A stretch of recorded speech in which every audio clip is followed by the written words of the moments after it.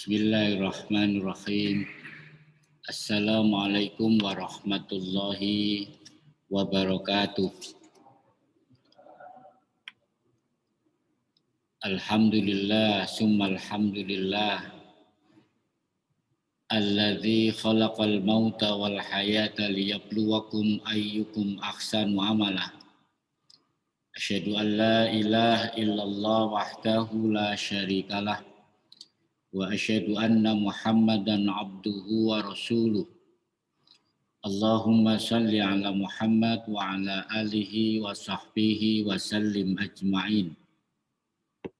Subhanaka la ilma lana illa ma 'allamtana innaka antal alimul hakim. Allahumma inna nas'alukal huda wat tuqa wal afafa wal ghina. Allahumma inna nas'aluka ilman nafi'ah wa rizqan thayyibah wa amalan mutaqabbalah. Amma ba'du, para jamaah rahimakumullah, alhamdulillah kita masih dipilih oleh Allah untuk bisa sholat berjamaah di masjid. Kemudian dilanjutkan dengan kegiatan yang amat sangat penting dalam keberagaman kita, yaitu thalabul ilmi. Pagi ini kita bicara tentang keluarga, hakikat keluarga sakinah. Para jamaah sekalian, posisi keluarga di dalam Islam itu sangat penting. Karena kalau keluarga itu baik, berdampak kepada masyarakat yang baik. Masyarakat yang baik berdampak kepada negara yang baik. Baik di sini artinya keluarga yang punya moralitas, yang punya akhlak yang baik. Dan membangun keluarga sakinah itu butuh mujahadah, butuh perjuangan yang luar biasa. Keluarga sakinah itu secara umum bermakna keluarga yang berbahagia. Dan hakikat keluarga sakinah itu adalah, ini yang paling penting, keberhasilan keluarga sakinah itu kalau kita nanti bisa berkumpul kembali seluruh keluarga di dalam surga setelah mati. Ini tidak mudah. Jadi ayah, ibu, dan seluruh anak keturunannya itu bisa bertemu kembali di dalam surga. Itulah perjuangan untuk membangun keluarga sakinah. Coba sekarang kita refleksi. Apakah kita ada tanda-tanda masuk surga? Apakah istri kita ada tanda-tanda masuk surga? Apakah anak cucu kita juga ada tanda-tanda masuk surga? Itu bisa dideteksi mulai hari ini dengan perilaku-perilaku yang baik melaksanakan ajaran-ajaran agama Islam. Para jamaah sekalian rahimakumullah, untuk mencapai hakikat keluarga sakinah itu minimal ada 3 ayat yang diimplementasikan tetapi tidak sendiri, tapi kerjasama keluarga. Jadi 3 ayat yang mau saya sampaikan ini tidak bisa dilakukan sendiri kecuali bersama-sama. Baru nanti target keluarga sakinah itu yang masuk surga bersama-sama itu bisa tercapai.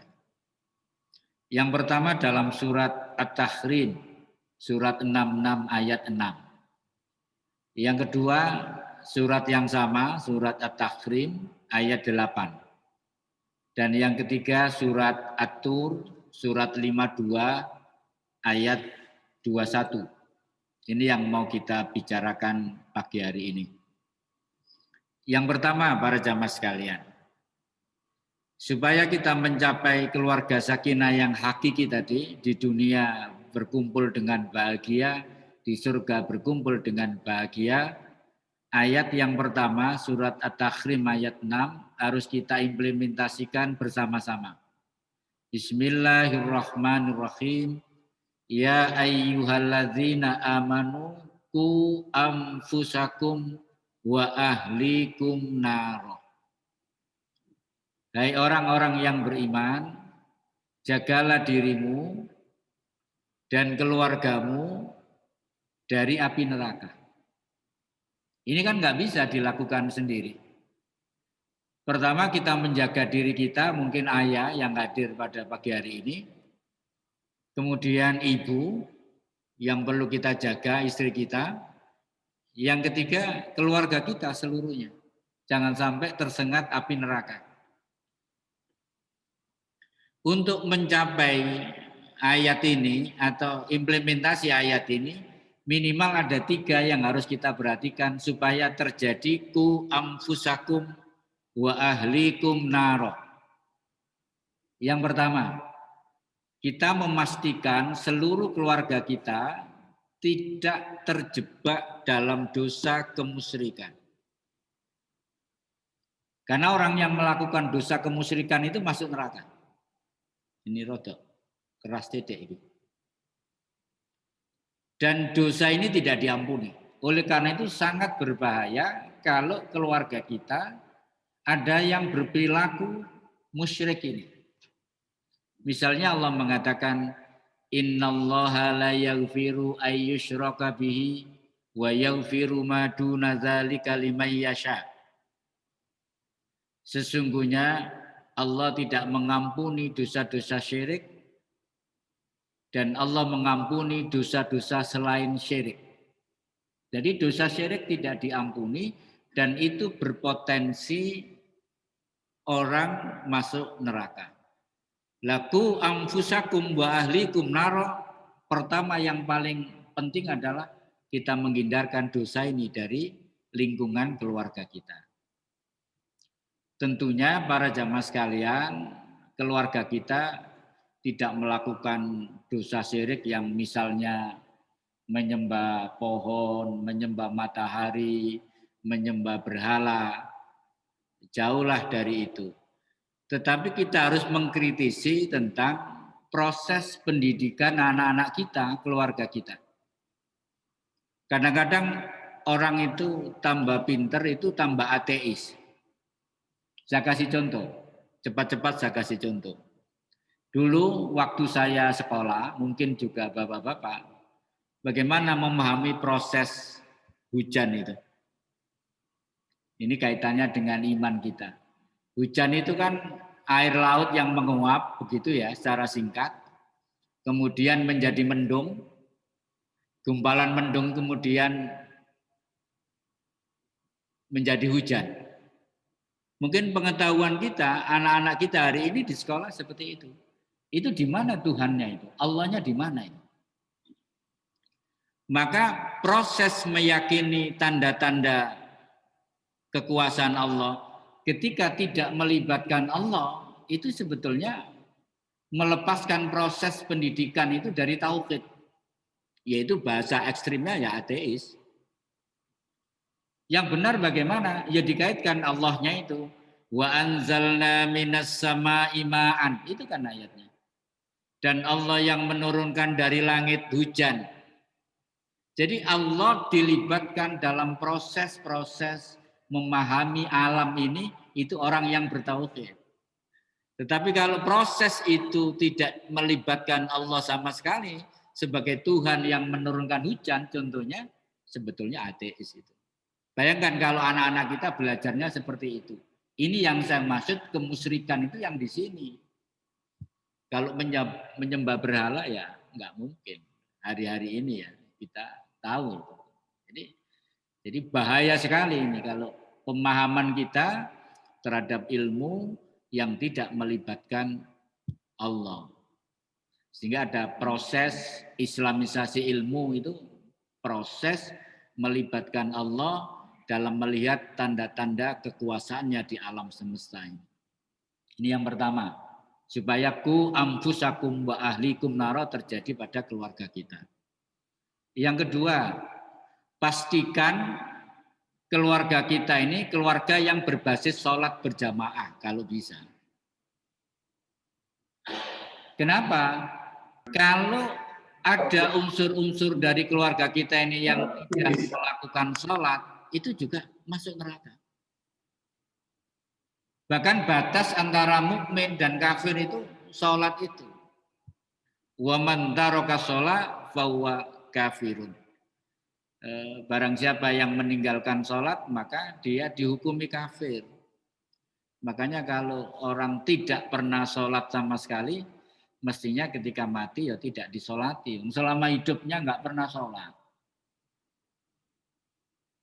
Nah kemudian para jamaah sekalian, kenapa sholat ini jadi penting? Karena sholat ini menjadi tiang agama. As-sholatu imaduddin, kata Nabi. Faman aqamaha faqad aqamaddin.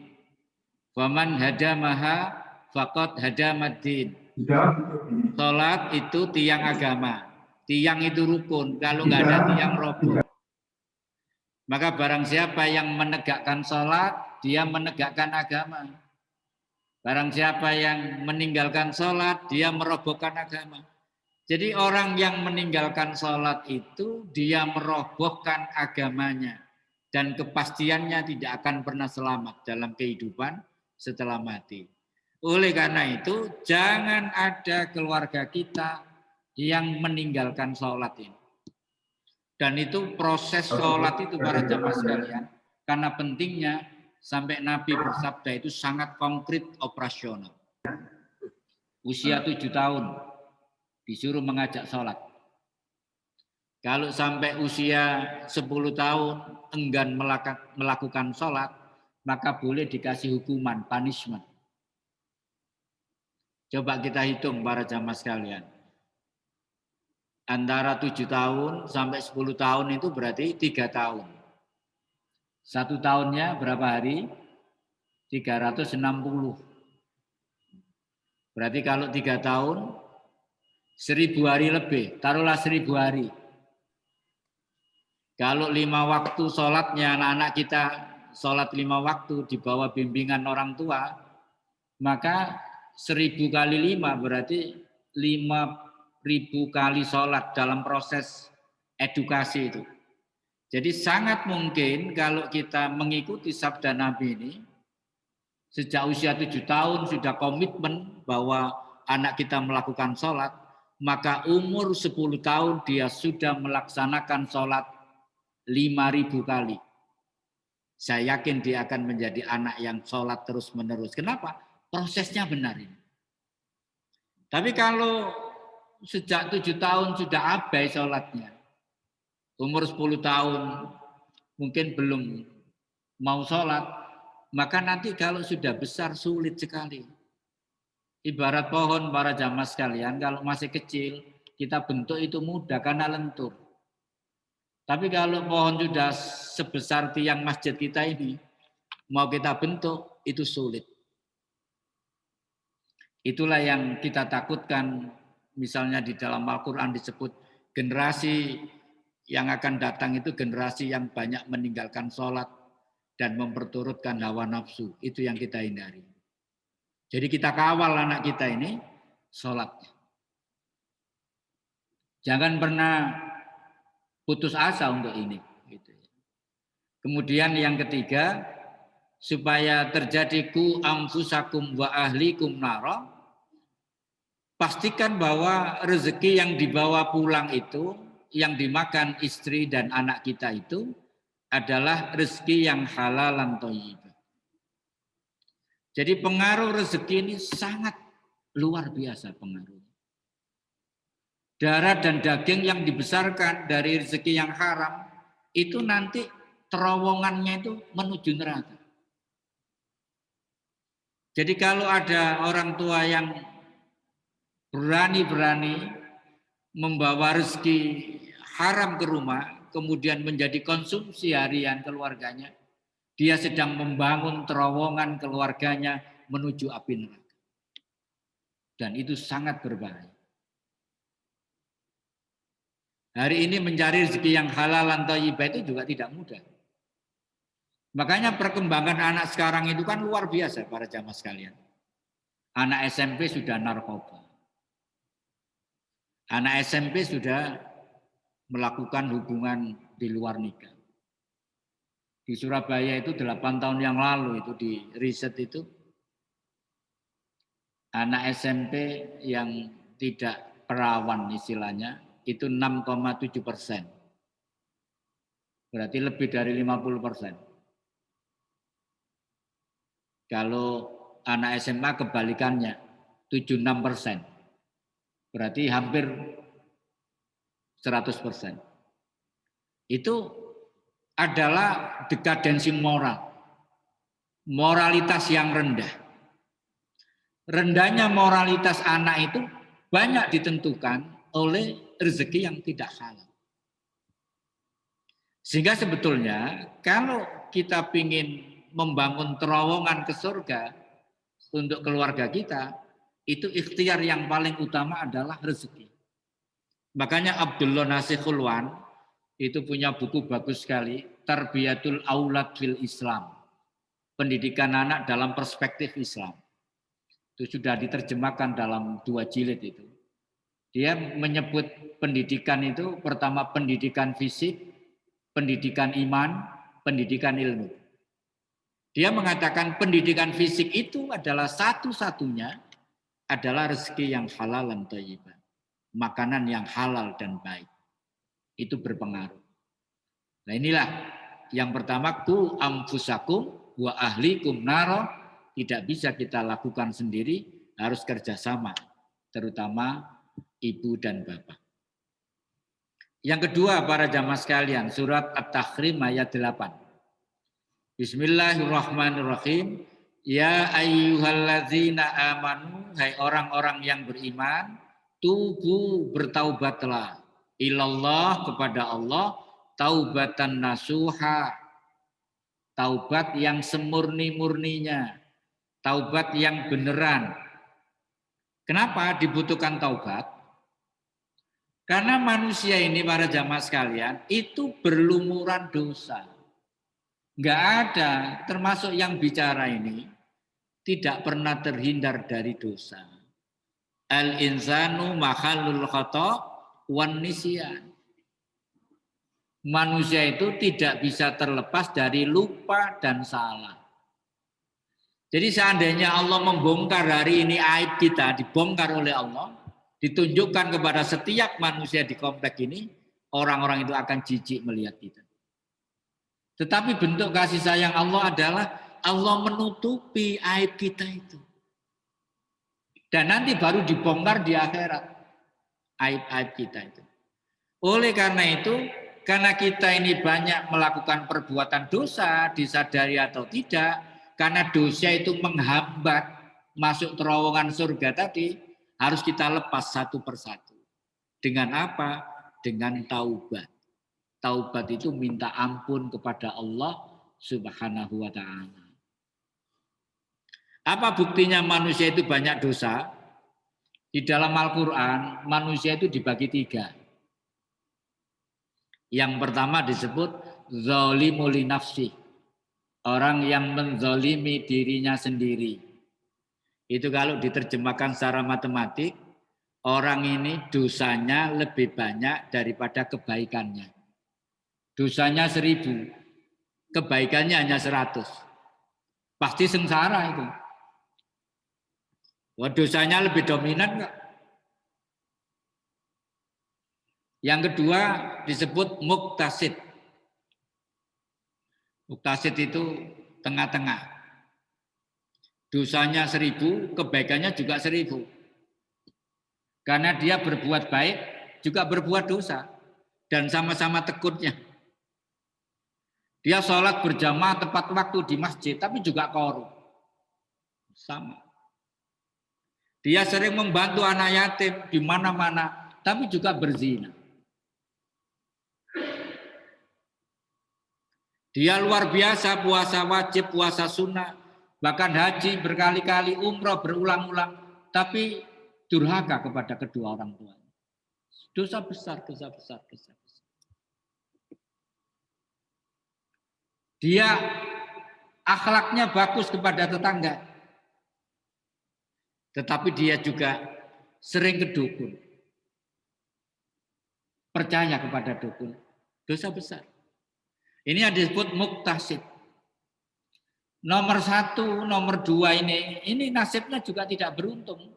Harus dibakar dulu di dalam api neraka sampai dosanya habis, baru diangkat. Cuman persoalannya itu yang kita takutkan itu adalah satu hari di akhirat sama dengan 1000 tahun di muka bumi ini.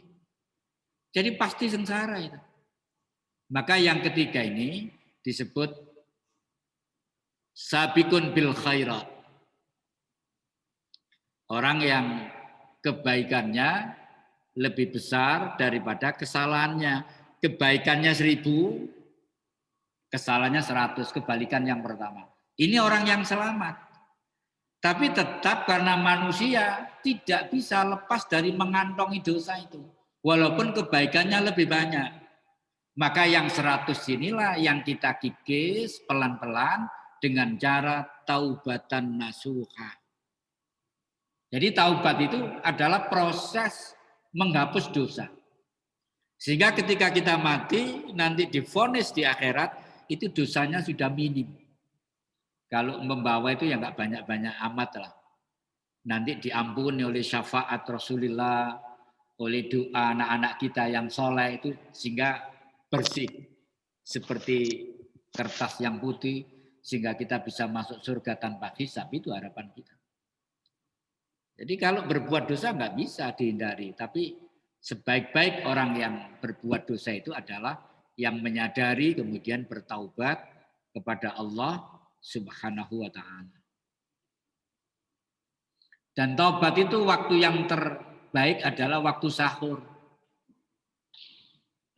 Makanya kalau kita punya tradisi sholat malam istiqomah begitu, ya ada space waktu 20 menit untuk istighfar.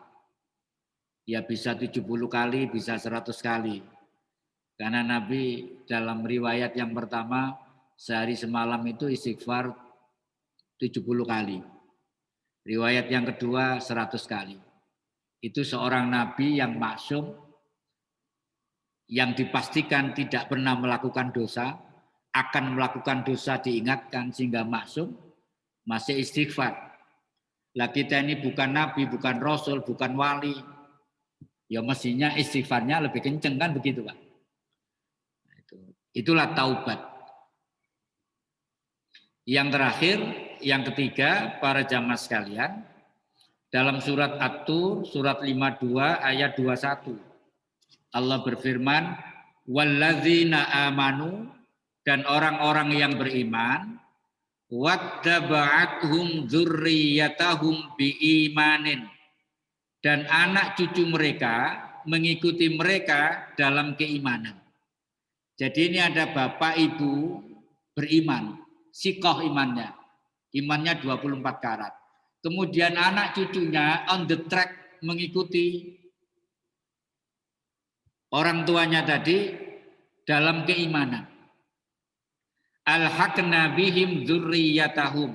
Kami hubungkan anak cucu mereka dengan mereka.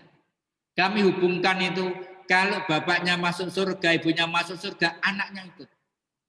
Walaupun tafsirnya dalam Ibnu Katsir, walaupun kualitas iman anaknya itu lebih rendah dari bapaknya dan ibunya. Jadi pengaruh orang tua itu luar biasa kalau begitu. Jadi bapaknya iman, ibunya iman, anaknya mengikuti dalam proses keimanannya itu, ketaatannya itu, walaupun persentase keimanan anaknya lebih rendah daripada orang tuanya, itu nanti akan disambungkan, akan dikumpulkan di dalam surga. Artinya apa? Perjuangan orang tua itu berat. Saya meyakini para jamaah sekalian, untuk mencetak anak kita imannya lebih mantap dari kita, itu kayaknya kok berat. Dalam kondisi kehidupan seperti sekarang ini. Tapi setidaknya anak kita mengikuti, walaupun sepisnya tidak 100% seperti kita. Dan itu dijamin oleh Allah dalam ayat ini, bahwa mereka akan dihubungkan, akan dikumpulkan oleh Allah. Makanya jadi ayah yang soleh itu penting. Jadi ibu yang soleh itu penting.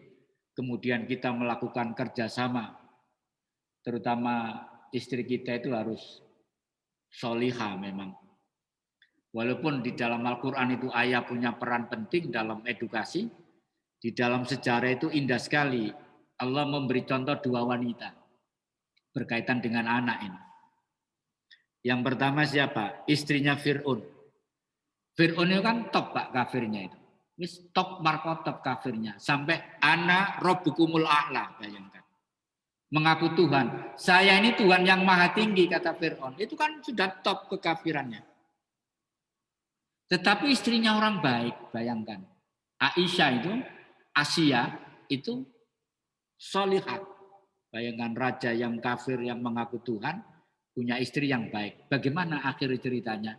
Ketika menemukan anak di Sungai Nil, kemudian dijadikan anak angkat, kemudian dididik oleh Asia ini, maka jadilah Nabi Musa. Lepas bahwa Allah mentakdirkan dia menjadi seorang nabi, tapi peran ibu sangat menentukan di situ, yaitu Asia itu. Mendidik Musa menjadi seorang yang luar biasa, kemudian ditakdirkan menjadi nabi. Jadi peran ibu luar biasa di sini.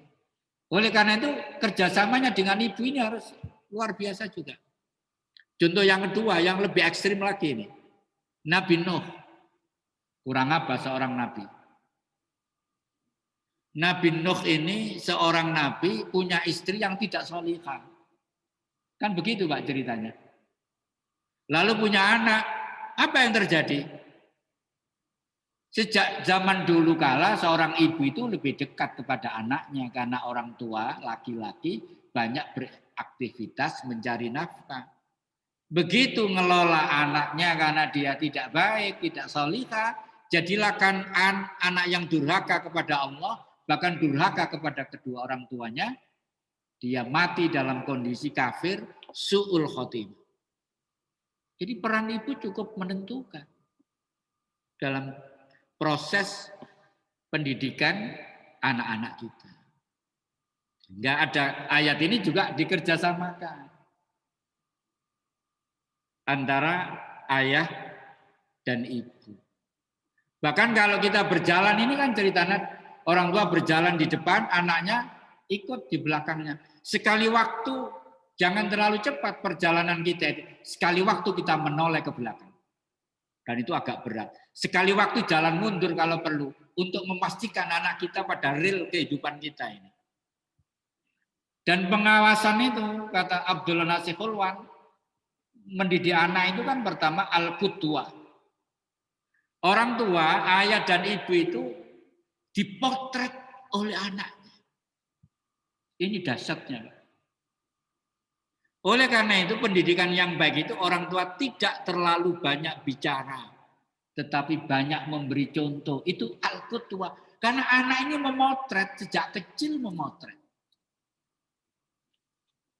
Sehingga kalau saya boleh bicara keras, para jamaah sekalian, anak yang tidak baik itu pasti salahnya orang tua. Kalau anak kita itu, misalnya ada yang bulat itu, kita yang harus muhasabah. Kenapa? Karena Nabi mengatakan, kullu mauludin yuladu alal fitrah. Setiap bayi yang lahir itu dalam kondisi bersih seperti kertas yang putih, tidak bernoda. Fa'abawahu yuhawwidanihi au yumajjisanihi au yunassiranihi. Jelas ini. Orang tuanya lah, itu maknanya kedua orang tuanya lah yang menjadikan anak itu Yahudi, Majusi, dan Nasrani. Jadi orang tua menentukan. Anak sebetulnya tidak bisa disalahkan. Makanya kita ini disebut al-qudwah atau al-uswah itu, kita ini dipotret sejak anak kita belum punya ilmu sudah memotret. Cara tidur kita. Sampai kalau tahu anak saya yang nomor 4, pakai kopiah itu kok miringnya itu persis. Ya miringnya derajatnya itu persis saya. Nek dijajar itu dari mana dia pakai kopiah kayak persis. Dan saya pakai kopiah seperti ini, bapak saya persis seperti ini. Itu tetangga kanan kiri yang menyaksikan. Sampean kok kayak bapak sampean persis. Artinya apa? Anak kita itu diam-diam memotret seluruh gerak-gerik kita. Yang konyol itu, yang nomor 2 itu gaya marahnya seperti saya, padahal perempuan. Iki ya apa, gak tahu ngajari ngene kok muncul kayak ngene, gimana itu? Karena dia memotret kita ini, fungsi kita al-qudwah. Makanya nanti kalau kita punya anak laki-laki, kemudian kita kasar kepada istri kita, pasti anak kita kasar pada istri. Iku wis nurun ngono iku, makanya harus hati-hati. Jadi contoh yang baik itu adalah pendidikan yang paling utama. Dan hari ini para jamaah sekalian, banyak anak-anak itu tidak mendapatkan contoh yang baik. Di rumah tidak mendapatkan contoh. Ini enggak di sini yang saya bicarakan. Di Rusia. Tidak mendapatkan contoh yang baik dari bapaknya, tidak mendapatkan contoh yang baik dari ibunya, tidak mendapatkan contoh yang baik dari gurunya. Dan masyarakat juga mulai rusak, tidak memberi contoh yang baik.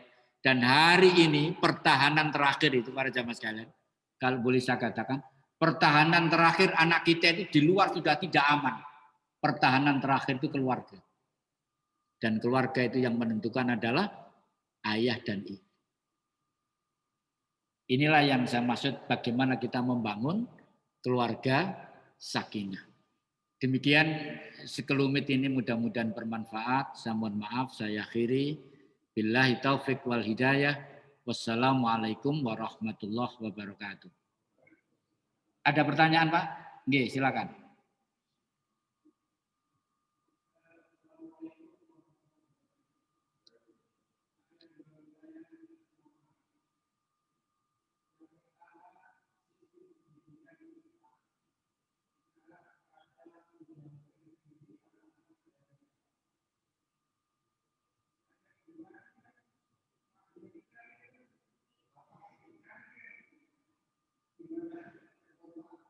Bapaknya gimana?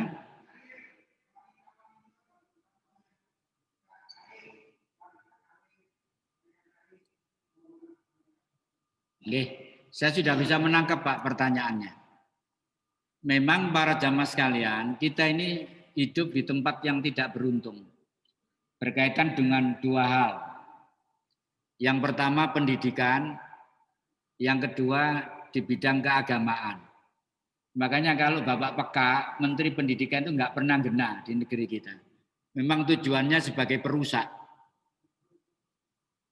Yang kedua Menteri Agama juga tidak pernah gena di negeri ini. Tujuannya untuk merusak. Oleh karena itu kita mengacu kepada sejarah. Saya punya catatan, Pak. Dulu ada negara namanya Tajikistan itu di bawah kekuasaan Rusia bertahun-tahun. Itu yang pertama. Yang kedua, Turki di bawah kekuasaan Kemal Atatürk bertahun-tahun sampai 1924. Tapi kenapa ketika Rusia runtuh muncul negara Muslim, Tajikistan. Kemudian Turki juga muncul menjadi negara yang paling punya peradaban hari ini. Apa rahasianya? Ternyata saya sebut tadi pertahanan terakhir keluarga. Tajikistan itu di luar dia tunduk kepada Rusia, tapi di dalam anaknya suruh menghafal Al-Quran. Jadi keluarga, kalau keluarganya masih sehat, walaupun secara sosiologis masyarakat kita sudah rusak masih bisa bertahan. Tapi kalau keluarga sudah rusak, sudah nggak ada ampun sudah. Jadi kembali pada keluarga, pertahanan terakhir. Nah kalau sudah bicara keluarga itu berarti dengan pertanyaan kedua nyambung. Di dalam tradisi Islam itu memang ar-rijalu qawwamuna 'alan nisa, qawwam itu pemimpin itu salah satu kewajibannya adalah memberi nafkah. Tapi kalau istrinya juga mencari nafkah mulai pagi sampai sore, anaknya diserahkan kepada pembantu, memang ya relatif sulit. Relatif sulit. Kalau enggak kerja keras, sulit itu. Tapi kalau ibu mulai anak lahir menyusui, mendidiknya, melindunginya, itu relatif lebih baik. Sehingga anak kita tidak gayanya gaya pembantu, gaya makannya, gaya jogetnya, Indianya itu. Kalau pembantunya juga film India kan begitu. Jadi itulah. Jadi sebetulnya yang wajib memberi nafkah itu suami. Lihat sejarah Nabi, sejarah sahabat, sejarah zaman peradaban Islam, itu contoh-contoh wanita karir kan tidak banyak ditemukan. Kalau Siti Khadijah itu wanita karir ketika dia tidak punya suami. Ketika Khadijah menikah dengan Rasulullah, sudah berhenti karirnya. Dia menjadi istri. Jadi ini juga pilihan yang sulit, tapi juga menentukan masa depan anak kita. Kalau memang nggak cukup, di mana Pak? Wong saya ini membantu suami. Kalau suami cukup nggak masalah. Kadang-kadang gajinya istri lebih besar daripada suaminya. Nah, repot kalau sudah begitu. Yaitu Pak, keluarga tetap harus membangun kekokohan keluarga. Ada yang lain Pak? Cukup nih? Baik, terima kasih.